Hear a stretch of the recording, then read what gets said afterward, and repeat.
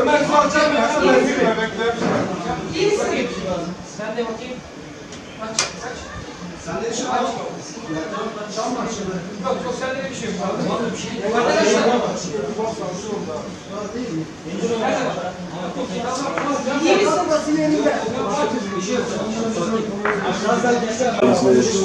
Arıyorum ya.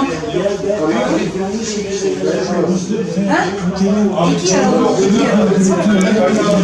2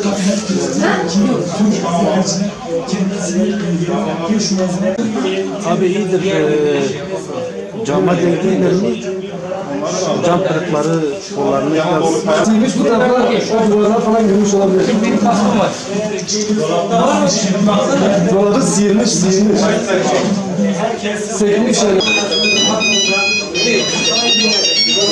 Çalışıyoruz. Silah seslerinin şu an biraz kesildiğini söyleyebilirim. Ancak başındaki cihazları da yere düştü. Cam parçaları